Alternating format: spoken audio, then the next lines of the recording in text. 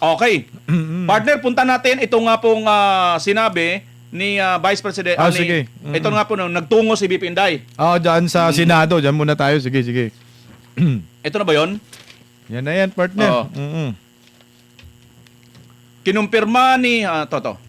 Ay, di. Huwag mo nang anuhin, partner, kasi nandyan naman si Inday Sara. Sige, pwede rin, partner. No? Ito na ba yon? Oo, ayan. Dudugtong na lang tayo. O yung Philippine National Police muna, yung kay Marcolita. Pwede. Wala naman ito lang yun, di ba? Sige, update lang muna, partner. Sige. Ayan, Update lang ito mga kapartner, mga kabirada. Kinumpirma ng Philippine National Police PNP Health Service na binisita ni Vice President Sara Duterte si Senator Rodante Marcolita sa PNP General Hospital kaninang alas 7:30 ng umaga. Ayan, partner, no? Ano masasabi mo rito, partner, na itong si Senator Marcolita ay binisita kauna-unahan na siguro, partner, no? Kauna-unahan na kaalyado bumisita kay Senator Marcolita, ito pong si BP Inday Sara, partner. Kaya alam niyo po nakakahanga si Vice President Inday Sara kasi sa mga hindi po nakakaalam, si Senador Marcolita ay sinugod po sa hospital, PNP General Hospital. Ang reason po noon ay nagrereklamo si Senador Marcolita ng pananakit ng kanyang dibdib at saka tumaas yung kanyang blood pressure, partner, kasi yung edad ni Senador Marcolita ay 72 na. So hindi po basta-bastang ganun. Kasi pag ikaw may edad na at nakaranas ka ng ganyan, partner, lalo na blood pressure tumaas, hindi biro yan. Oo. So posible magkaroon ng komplikasyon yung isang 72 years old kung ano man ang naramdaman niya siguro. Ang nangyayari siguro ito dahil hindi niya akalain ni Senador Marcolita ganito ka demonyo ang kalaban nila sa politika at dumating sa kaso at arestuhan. Kaya ito ay nasa Philippine General Hospital sa, partner. Nakakahanga si Vice President Inday Sara dahil bago siya pumunta ng Senado, dinaanan niya muna itong si Senator Rodante Marcolita diyan sa PNP General Hospital. Umabot yata ito, partner, ng 1 oras, 7:30 yung dating, mga 8:30 umalis. So marami sigurong kwentuhan sila ni Senador Marcolita. Siyempre ay nakipagsimpatiya si Vice President Inday Sara kung ano po ang nangyayari kay Senador Marcolita. Dahil alam ni Vice President Inday Sara, kaya nagkaganyan si Senador Marcolita dahil sa kanyang ipinaglalaban. Laban po sa korupsyon sa gobyernong Marcos na gusto nga ho niya magkaroon ng investigasyon ng flood control dyan sa Blue Ribbon Committee, partner. Tama ka dyan, partner. At alam mo, pag naalala ko lang ang sequence of events, partner, nung araw, nung bago pa itong nangyari na ito, di ba, nung si VP Inday Sara din, nandun din sa ospital sa St. Luke's, pumunta rin si Senator Marcolita. Siya rin ang isa sa kauna-unahan na politiko na nandoon para, di ba, kasi itong si Attorney Zulayco Lopez, dinala nga sa St. Luke's. Oo, syempre itong si VP Inday Sara, from doon din, hindi po iniwan ni BP Inday Sara itong kanyang tauhan, partner. At sinamahan po niya. At ito si Senator Marcolita ay nauna rin na pumunta rin doon para magpakita ng suporta. Magkasama sila yun, Senator Bungo, Bato, Marcolita. So pag tiningnan po natin, partner, itong grupo na ito, samahan ng Duterte Black, walang iwanan to sa nakikita ko sa sitwasyong ito ng ating bansa. Kailangan natin ang mga taong ito, Senador Marcolita, Vice President Inday Sara, Bungo, Bato, lahat. Cayetano siblings, kailangan. Bilyar, nanindigan din sila. Oo. Kailangan natin sila para sa bayan dahil ang crisis sa ating bansa sobra-sobra na. Mantakin mo, bagsak ng ekonomiya, ninakawan pa tayo, partner. Correct ka dyan, partner. At ang matindi pa dito, kasi nga, itong mga ito, nangyayari, nakikita lang po ng tao na talagang political lang po ang motivation sa kanila. Exactly, partner. Politically motivated talaga ho ito. Ito yung maliwanag, partner. Hindi na po natin pwedeng anuhin ito. Maghahanap pa tayo ng ibang reason. Bakit nakulong si Marcolita? Mantakin mo, Hindi ka nagnakaw sa kaban ng bayan, partner, pero plunder yung kaso mo. Ganong katindi, partner, no? Sama, Oo. Tapos naging transparent pa yung tao, nagsabi ng totoo, nagbayad pa ng tax, pero talagang ginawa ng kasalanan, kinasuhan ng plunder. Ano ang purpose? Ang purpose nito, hindi matuloy ang investigasyon sa Senate Blue Ribbon Committee patungkol sa flood control at lalo nang hindi siya patinin dito sa nangyayaring impeachment trial labang kay Vice President Inday Sara. Mantakin mo ha. Partner. Kagahapon nga ho, tibag na sila sa dalawang abogado na senador, partner, si Cayetano at si yung dalawang Cayetano. What more pa kaya kung nandoon si Senador Marcolita? Ano kaya ang mangyayari ng sa mga senador na walang alam sa batas, partner? Ayan, yun talaga, partner. Magmumuka talaga silang eng-eng dyan sa sitwasyon na yan. Kasi nga, partner, bagamat itong sinasabing impeachment proceedings ay tinatawag na sui generis or may politika at mayroon din tinatawag, partner, na legality, di ba?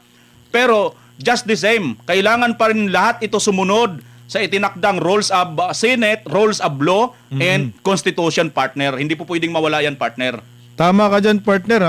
Mapag-usapan ba natin yan? Ayan, dito pala si Senator Cayetano. Dito tayo, partner, sa prosecution, partner. Update natin sila, partner.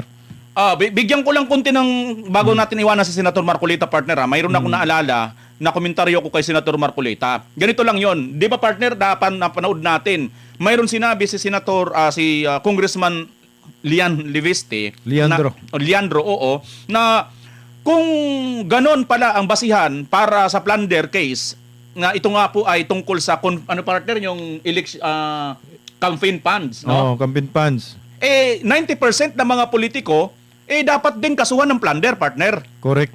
Oo. At ang basihan pala dito, para bagang dating, partner, ito daw si nagbigay kay Senator Marcolita na ganitong pera, mayroon daw motive, partner. Ito analysis lang ito mayroon daw motive na kaya daw ganon kasi nga mayroon matatanggap na tawag dito, partner, yung pabuya or pabor itong nag-donate sa kanya.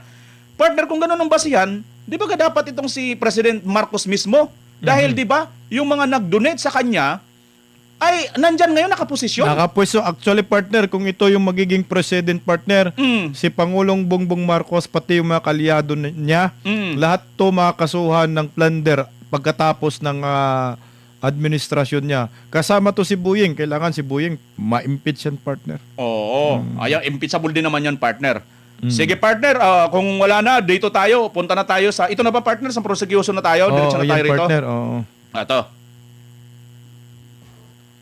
Prosecution, sisimulan ngayon ang presentasyon ng mga testigo laban kay VP Sara.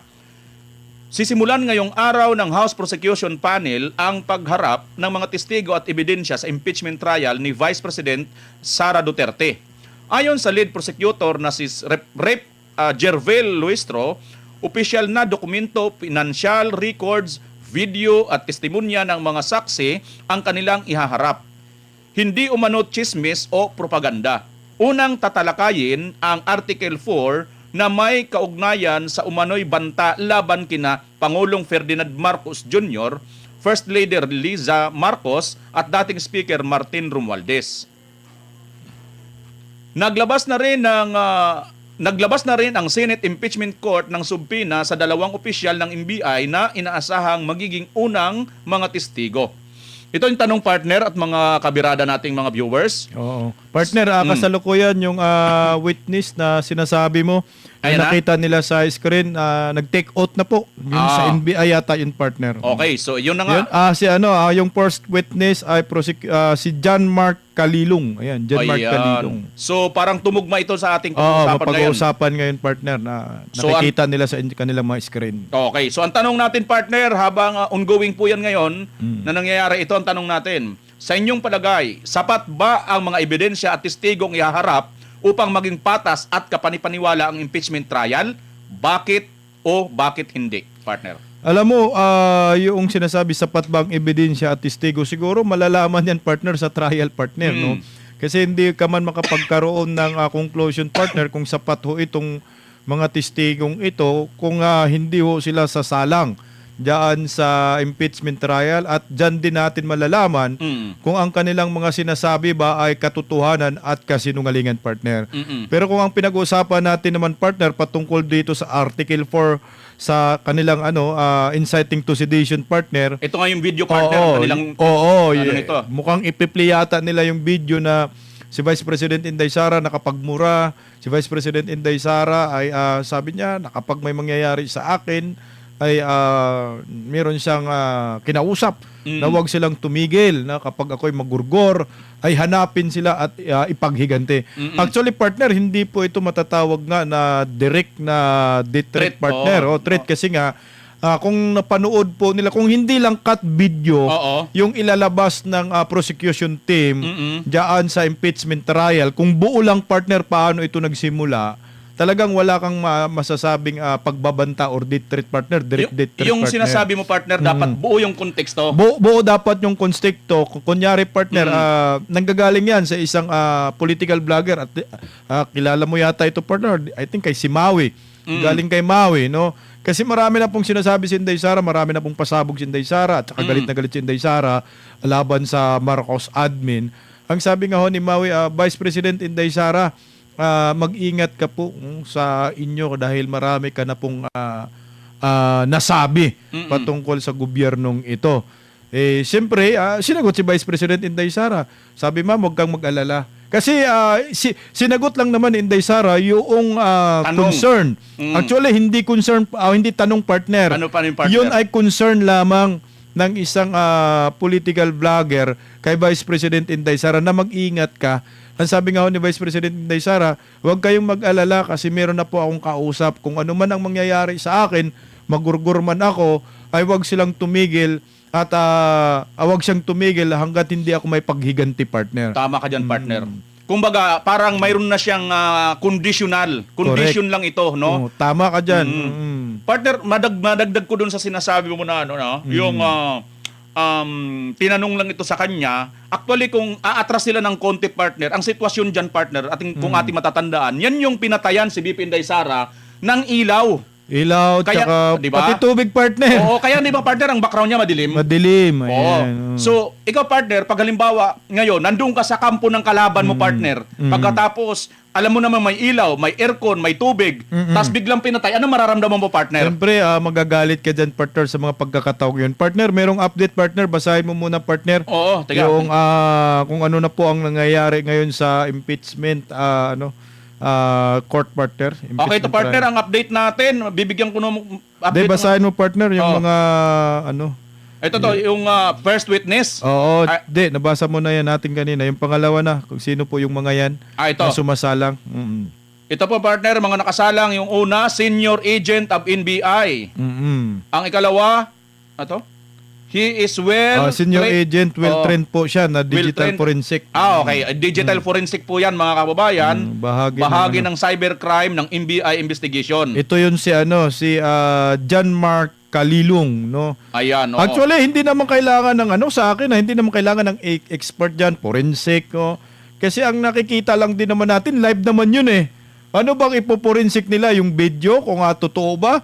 Tama ka dyan, partner, kasi hindi naman tinanggi na hindi to totoo eh. Correct, wala naman nagsabi na hindi totoo. Ang pinagtatalunan dito, kung meron ba talagang pagbabanta sa buhay ni Pangulong Bongbong Marcos, Liza Marcos, at saka si Dating former speaker, Martin Romualdez, yun ang pinagtatalunan dyan. Yung konteksto, partner. Oo, meron ba talagang pagbabanta si Vice President Inday Sara? Meron bang inciting to sedation?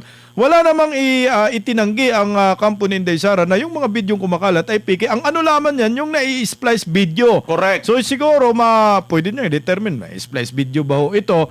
Pero ang depensa dyan, alam ko naman, matalino po itong si Attorney Sheila Season. Kayang-kaya depensahan yung ganyan, partner. Dito pa lang mababasura agad yan, partner. Partner, tama ka dyan. Nabanggit mo na rin yung depensa. Ito, hula lang natin, Pero sa bagay, nabanggit na rin to partner ni Vice President Inday Sara na ang depensa nga dito ay ito yung tinatawag na freedom of expression. Correct. Pasok po yan, partner, sa Article 3, Section 4 Oo, ng ating batas. Bill of Rights, pero Bill of Rights, freedom of oo. expression na freedom of speech, partner. Partner, hindi pala agad, partner, ayon sa mga eksperto, legal expert to partner, no. Yung magkakaso ka ng death threat, partner, grave threat sa isang tao, hindi pala agad, partner, na i-determine na ito ay grave threat. Depende pala, partner, sa sitwasyon, partner. Oo. But for example, ito, partner, Sige, partner, tuloy mo. bakit nakapagsabi yung isang tao na kahit sasabihin mo, gusto kitang patayin, partner, ganyan. So ngayon, titingnan pa rin po, partner, yan ng husgado, partner, kung bakit nakapagsabi siya ng Correct. gusto kitang patayin. Ano yung reason? Baka kasi yung nasabi lang niya yun dahil sa kanyang naramdaman. Ang tawag niyang partner, Oo. kabiglaanan. Correct. Dahil sa Dala ng kanyang- kabiglaanan, Oo. kahinaan ng laman. Correct. Dahil sa kanyang naramdaman, sa kanyang expression. So, hindi pala automatic yan ay grave threat. Tingnan mo, anong nangyari kay Vice President Inday Sara. Bakit niya nasabi yun? No? Bakit uminit si Inday Sara? Bakit siya nakapagmura? Dahil sa nangyayaring sitwasyon sa kanya, na yung kanyang empleyado, no, dinamay, ginigipit, gustong ipakulong sa BJMP Oo. na wala namang kaso, partner. So talagang yun yung nangyayari. So dito pa lang, wala na, basura na agad to, partner. Tama ka dyan, partner. Idudugtungan ko lang, elaborate ko lang. Hindi lang basta kukunin at dadalhin doon. Tandaan po natin, ito pong kanyang tao na si Atty. Zelaika Lopez ay nakontempt lang ito ng Kongreso. Correct? Which is dapat, partner, within the Congress lang siya dapat nakadetain. Nakadetain lang dapat, Oo, partner. dahil- Bakit tapos ipupunta sa BJMP, anak ng Oo, kamote? partner. Bakit niya dadalhin siya doon sa mismong women's correctional? Yeah, partner? women's correctional talaga. Ay, women's correctional. Di ba? Sa Mandaluyong, anak ng kagbong, which is partner, ang mga dinadala doon, sa pagkakaalam ko, hindi man tayo Convicted na. Convicted. Yan, Oo. tama, partner. Convicted na. Ito, Convicted walang na. kaso, partner. Walang conviction, partner. At ang malupit pa dito, partner, singit ko ha, Oo. ang malupit dito, yung convicted, yun yung nagpakulong sa kanya. Oh, ito na yung... Yun Si yung Franz Castro, di ba? si Convicted. Franz. Oh, si si Franz Franz. Castro, may conviction man si Franz. Pinsan nito ni- Ay, partner, Ay. nagpakulay, partner. Sige, basahin mo, partner. Oy, Boljak Sniper Team Bantag, maraming salamat sa pakulay. MLSO sa Isiminayan Berada og sa inyong duha. Mga gwapo. Si BMR lang, hindi ako kauban. Amigo na ko, Service Doc at BMR. Solid Duterte supporters. Kamuti mo to. Magandang hapon. Yeah. Maraming salamat, Sniper. Palakpakan natin. Yeah, palakpakan natin. Maraming salamat kay Buljak Sniper, talagang napakasipag, pati yung wallet ito nauubos sa kakasupport sa atin eh. Sige, partner, tuloy mo. Okay na, partner. Dito tayo na, partner. Sa next topic natin, baka maubosan tayo. Okay, sige. Ito na, partner. Sabay lang kayo mga kabirada habang time to time na i-feed sa inyo yung Nangyayari. kaganapan sa Senado. Mm. Paghalal ng bagong presiding officer sa impeachment trial ni VP Sara, inalmahan ng minorya. Sa opening statement ni Senate President Win Gatchalian ay tiniyak niyang magiging patas umano ang senator judges sa paglilitis kay Vice President Sara Duterte. Pero tila nag-iba ang ihip ng hangin nang i-anunsyo nito ang pagbubukas ng butuhan para sa paghalal ng bagong presiding officer sa impeachment trial. Pinagbasihan ni Gatchalian ang binagong impeachment rules na nagpapahintulot sa Senado na bumuto at pumili ng ibang senador na mamumuno sa impeachment trial sa pamamagitan ng majority votes.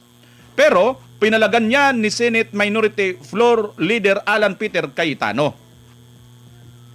At sabi niya rito ni Alan Peter Cayetano, point of order. And as you said yourself that every stage of this impeachment, we have to make sure na patas. We have to make sure na may due process. We have to make sure na that it is fair. It is very clear in the Constitution of the Philippines that the presiding officer is the Senate President. I want to avoid that this impeachment trial will be null and void. I want to avoid any walkouts or any delays. Senate President is more than capable and he said he is willing and he is ready. Ngunit naninindigan naman si Gatchalian na dumaan sa tamang proseso ang pag-amyenda sa impeachment rules. Nabigyan umano ng pagkakataon ang lahat ng senador na magpahayag ng kanilang posisyon at wala namang tumutol. Giit pa ng minority floor leader na hindi maaaring labagin ang saligang batas dahil inilagay nito sa malaking panganib ang buong proseso ng impeachment court, partner. Partner, bago ka mag-react ka, iniisip ko lang, ano bang pinag-uugatan ni Senator Cayetano? Bakit partner parang tila kini-question pa niya ito na parang para sa akin lang, partner, sa tingin ko parang lumalabas tuloy na nagiging mas katawa-tawa nga itong itong majority partner. Tuloy mo, partner. Ano mo dyan? Alam niyo po mga senador, no. Lalo na po yung mga senador na wala namang pinag-aralan patungkol sa batas. So wala namang alam sa batas. Kami po yung nakikiusap po Masasaktan niyo sa si Pindalo, inyo. partner. Oo, magpakatotoo kayo. makinig kayo sa mga senador na may alam sa batas. Ilan po ba yung mga senador na mga abogado? Si Senador Marcolita pero pinakulong ninyo. Senator P. Cayetano, Senator Alan Peter Cayetano, kasama si Escudero, kasama rin yung si Kiko. Alam nyo po, yung mga yan may pinag-aralan sa batas. Si Senator Alan Peter Cayetano, hindi yan magmumosyon kung alam niya ay tama yung ginagawa ng impeachment court. Si Gatchalian, wala siyang alam sa batas. Aminado yan dahil nga gusto niyang yung presiding officer si Chis Escudero na abogado na may alam sa batas. Ngayon nga ho, wala nga ho yan sa konstitusyon. Ang sinabi sa batas, partner, na kung sino yung Senate President, yan dapat ang presiding officer sa impeachment court, partner. Tama ka dyan, partner. Dalawa tinamaan nila dito, partner. Ang nilabag nila dito, 1987 Constitution, at yung impeachment rules, partner, nilabag din nila. Kaya nga dapat, ang sinabi nila, kung gusto ninyong mag-elect tayo ng presiding officer, dapat nagkaroon tayo ng amendments. Ina-amend muna natin ho ito. Hindi ho po pwede bindalo, partner. Kasi maraming mga abogado, tingnan mo, merong abogado ang prosecution, may mga abogadong depensa, meron ding mga pumupunta dyan na mga abogado, meron ding mga estudyanteng mga abogado na nag-aaral na nanonood dito sa impeachment trial ni Vice President Inday Sara. Pero yung mga impeachment senator judges, mga walang alam sa batas. Kaya nga, itong si Cayetano, maganda sana itong guidance niya na dapat sinunod na ho nila. Hindi na po nila binali. Ang ginawa ho nila, talagang pinanindigan nila yung bendalo. Alam mo, Win Gatchalian, mali yung ginawa mo. Na pinagpilitan ninyo na magkaroon kayo ng eleksyon para mamili ng presiding officer. Nang pinili nga ninyo si Escudero, wala po yan sa batas. Nilabag po ninyo yung saligang batas. Ang impeachment trial labang kay Vice President Inday Sara, sinimulan po ninyo ng mali. So nga po, pwede po kayo mag-question pag ganyan. Kaya nga, tingnan mo, malayo pa ang Pasko eh. Partner, pag sinabi mong sinimulan ng mali, parang ang lalabas nito, balang araw, ito matatapos ng mali. void ab initio. Correct, yun yan. Sinasabi ni Senator Alan Peter Cayetano. Sige, na magiging null and void po ito. Malayo pa ang Pasko, nakaupo kayo sa dalawang podium, yung isa, presiding officer, nagmistulang Senate President, yung isa naman, nagiging dekorasyon, partner. May trabaho siya bago, partner. Ano? Yung translator ng sign language.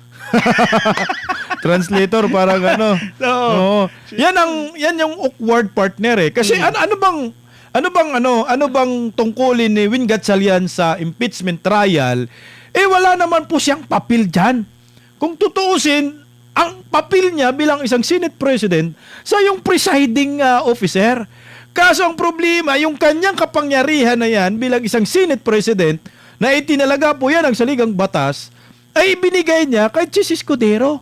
Na ang lumalabas si Chis Escudero ngayon, yung Senate President.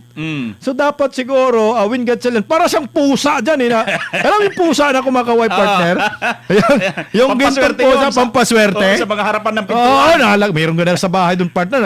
Nakaroon sa pintuan, Tsaka partner. sa mga visa, sa mga So, parang ganun si Senator Win Gatchalian. Nagmistulang, alam mo, Isus ko, Win Gatchalian, nagpagamit ka, mali naman yung nagiging resulta. Siguro ang gawin na lang natin dito, Senator Win Gatchalian, alam namin wala kang kakayahan mag-preside. Kasi wala kang alam sa batas. Yan ang maliwanag. Sabi nga ni Senator Alan Peter Cayetano, kahit nga ako, i-elect ninyo ako na maging presiding officer. Hindi ko tatanggapin yan. Bakit? Labag yan sa konstitusyon. Dahil? Wala po yan sa saligang batas. Dahil, partner? Oo. Dahil ang dapat na mag-preside ay yung Senate President. Correct. Yan ang maliwanag dyan. Sabi nga noon Senator Robin Padilla, kung yun pala ang plano ninyo, na maghanap kayo ng, gawin ninyong si Chis Escudero ang presiding officer, di ho dapat, ang ginawa ninyo, siya na lang ang ginawa ninyong Senate President. Di po, yun dapat. Buti pa si Binoy, Idol Robin, may alam sa batas. Pero si Chis Escudero at si Kiko Pangilinan na nag-aral ng batas, nagmistula kayong walang alam sa batas, partner. Oo, tama ka dyan, partner. At saka, punto natin yung sinasabi ni Senator Ruben, hindi na rin nila pwede ibalik si partner kasi nanggaling niya dyan sa Senator Chis eh. Di ba ka dapat, partner? Total, may isa pa namang abogado, si Senator Kiko Pangilinan. Bakit hindi nila doon binigay, Partner, pwede nilang ibalik si Chis.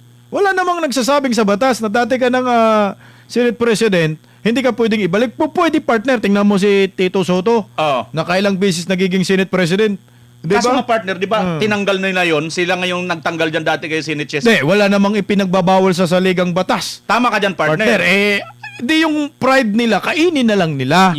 Kung ayaw nilang mapahiya at ayaw nila mag-bend the law kasi ginagawa po nilang walang alam ang mga abogado sa ating bansa sa ginagawa ho nila dyan sa impeachment court, partner. Partner, nabanggit mo yung walang alam ang mga abogado, ibig mo sabihin, partner Bisdak, saan napupunta nabibilang itong si Attorney Senador Kiko Pangilinan?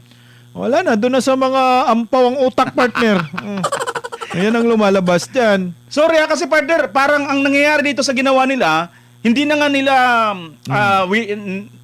tinanggalan ng kahihiyan yung pagiging Senate President, pati pa yung kanilang kasama mismo na abogadong senador, hindi nila partner binigyan ng Ayan, alam mo na, napaka-awkward no habang nagsasalita si Oo. nagsasalita si Senator Chis Escudero, nagpe-preside, no? Bupukpok ng martilyo. Bupukpok ng martilyo. Oo. Si Win Gatchalian naman, papakli ng papel.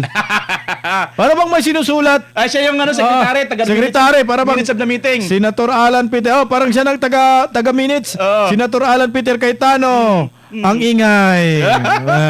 Pia Cayetano. Ang ingay. Parang yung tagasulat. Senator Lito Lapid, silence. Komito de Silencio. Parang tagasulat lang siya. Ganun lang, partner. Risa Hontiveros. Ayan. Tahimik. Nakakahiya. Dahil hindi po yan ang tungkulin ng isang Senate President sa impeachment court. Ikaw ang nagpe-preside dapat. Correct, partner.